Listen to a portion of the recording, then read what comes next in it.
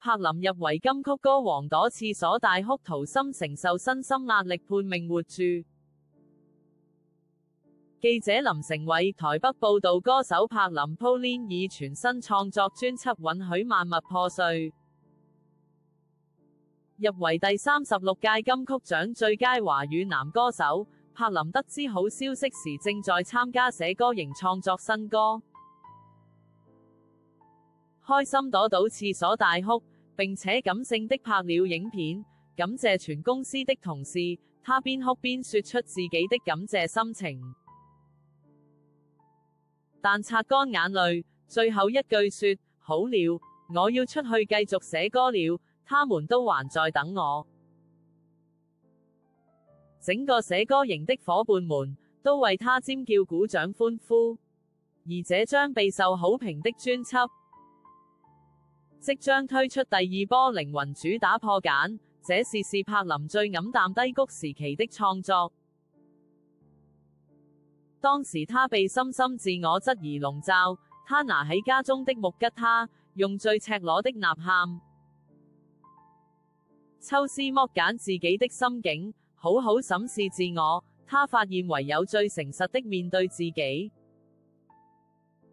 將一路走來的迷惘與壓抑轉化為重生的力量，才能在作繭變蛹後破繭而出。此次新專輯前往德國柏林拍攝 MV 和視覺，這是柏林時隔7年再次踏上柏林，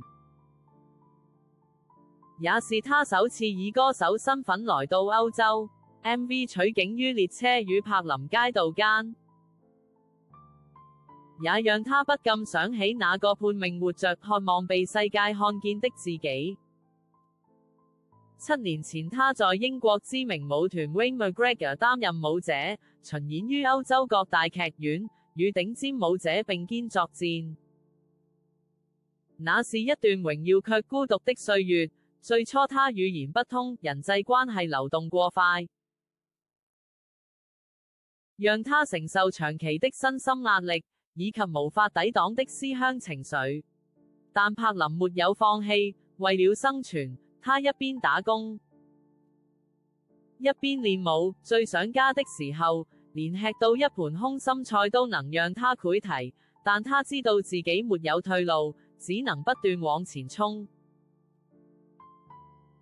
多年後，柏林為了新專輯重返柏林，再次站上曾經生活與練舞的街角，過往的回憶如洪水般湧現。破繭 MV 如同這段記憶的映照，那些曾經努力壓抑難以啟齒的掙扎，如今成了他創作的來源。他不再活在他人期待中，不再討好世界的標準，而是選擇忠於自己，誠實地創作，真實地前行。這些持續向前的努力，終於讓他破繭而出，換得豐碩的成果。